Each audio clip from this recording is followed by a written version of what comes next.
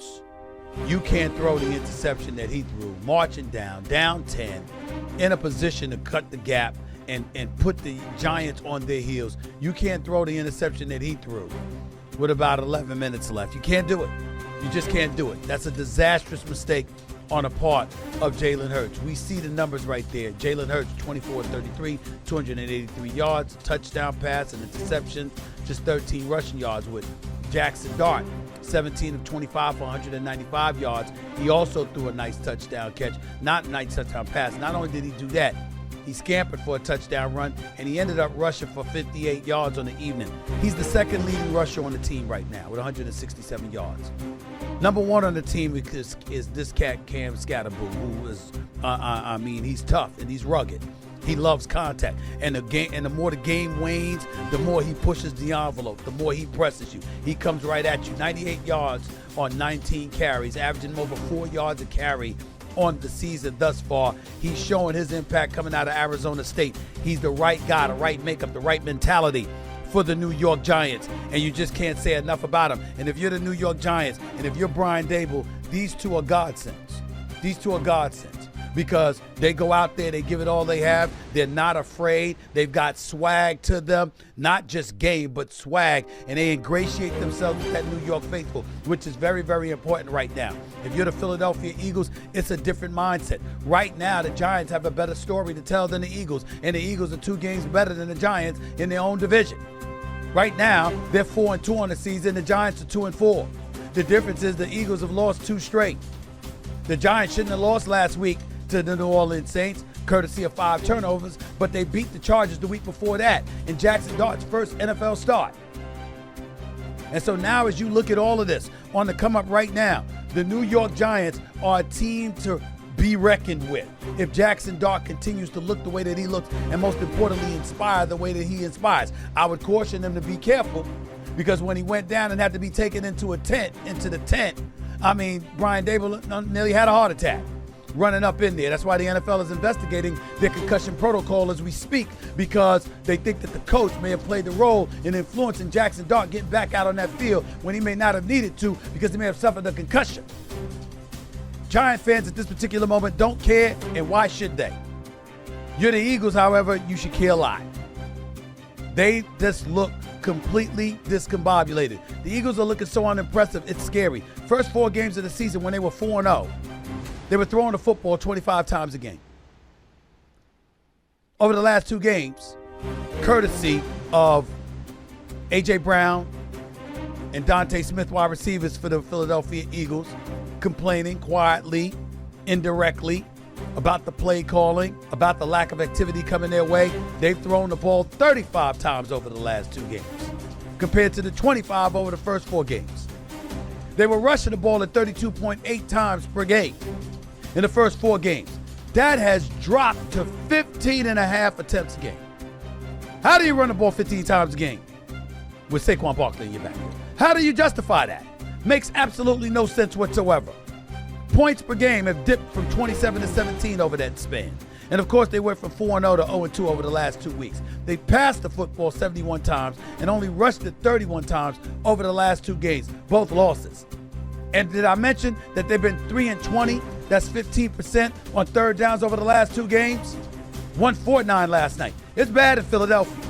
It's bad in Philadelphia. And somehow, some way, a question needs to be asked. And I know my man T Love from Philly is going to call up eventually. And damn it, this is the day he needs to, because we need some explanations. Why is it that the offense is being called predictable?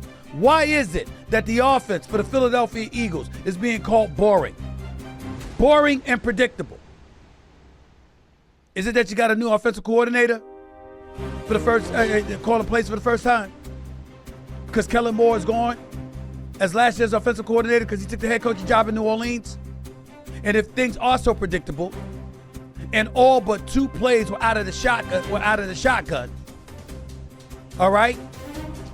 No lining up behind center, no play action fake, no RPOs, none of that. Just Jalen Hurts lining up behind center in the shotgun. Where's the lack of innovation? Is it that Jalen Hurts is not comfortable? Is it that Nick Sirianni and his staff don't believe in Jalen Hurts? What's the reason? Because A.J. Brown and Devontae Smith are looking at them. They were wide open yesterday. He missed Devontae Smith wide open twice.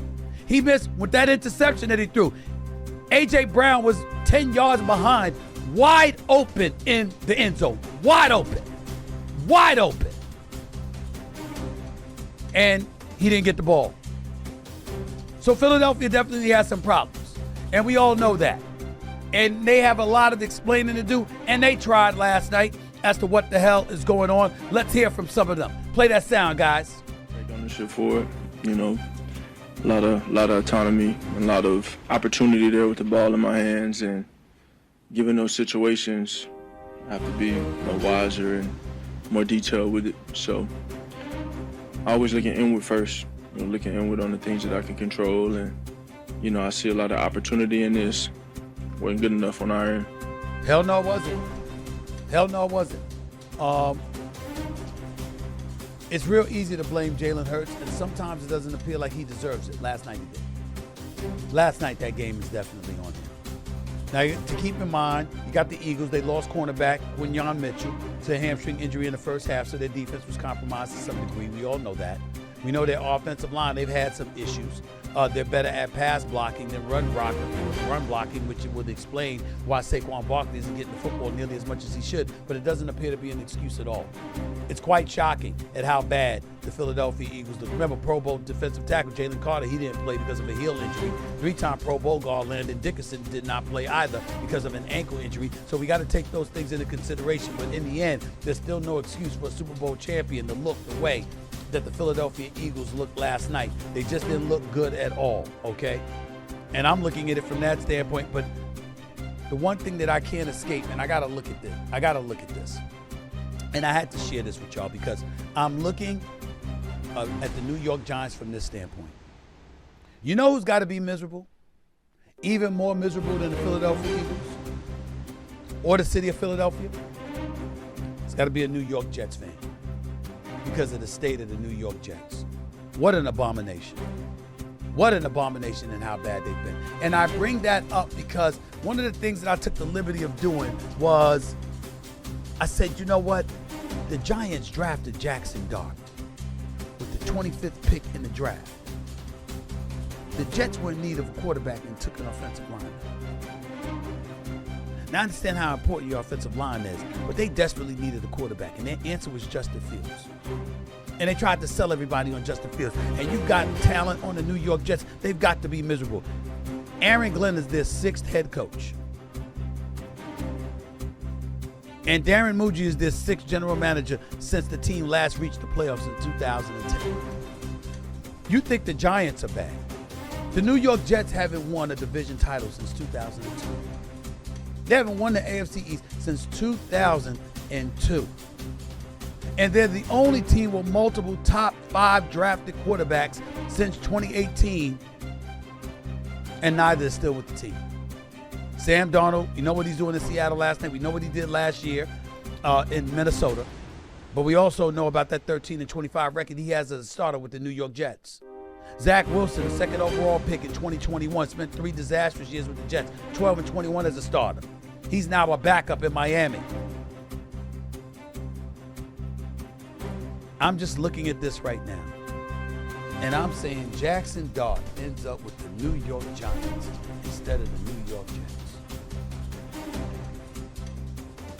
That's an organizational disaster. And think about this. The Giants are the new game in town. They're the team that's galvanized folks in the New York City tri-state area, courtesy of football, because of what they have. And this is a New York Giants team that hasn't had a division title since last winning the NFC East title in 2011. Since this Super Bowl win following the 2011 season, the Giants have 1 double-digit win season, 10 losing seasons in the last 13 years. Their 37.4 winning percentage is the 4th worst in the NFL, only behind the Jaguars, who are the worst, the Jets, and the Browns. Only 2 playoff appearances, 1 playoff win, 6 different head coaches, including 1 interim, 3 different general managers, 2 controversial handlings of starting quarterbacks, with Eli Manning's mentioned in 2017, and of course, Daniel Jones released in 2024. And by the way, Daniel Jones is in Indy looking like an MVP candidate. But now the Giants got Jaxson Dart, who, by the way, can run with the football, plus throw the football, plus got swag, plus really ingratiates himself with the New York faithful. Everybody loves him. Him and Cam Scatterboo are about to own this town. They're about to own New York City because everybody loves them. And if you're the New York Jets, what does that say about you? Nobody gives a damn about Gang Green right now. They suck. That's the belief. And they suck even more when you consider the fact that they play in the same stadium as the Giants, and the Giants have galvanized the fan base locally. This is really bad. This is really bad. You can't look at one single game on the Jets schedule and believe firmly and wholeheartedly that there's a game that they can conceivably be favored to win for the rest of the damn season. Not one. You got Denver up next. We know what they bring. The Panthers, they got a couple of wins this year. Surprised a lot of folks, beating Atlanta, beating Miami after trailing 17-0. After that bye week, who you got? The Browns? Well, they can't score, but their defense is elite. You got the Patriots, the Ravens, the Falcons, the Dolphins, the Jaguars. Saints beat the Giants. I mean, don't get me wrong. I don't believe it's going to happen. But conceivably, ladies and gentlemen, the Jets could go 0-16. 0-16. So if you're Philly, at least you get to say at this particular moment in time, number one, you got to win a record. Number two, you're still in the mix of top of the NFC. Number three, the sun will shine tomorrow because you got a lot of talent on the Philadelphia Eagles. And number four, you're not nearly as bad as what the hell is going on in New York with the Jets.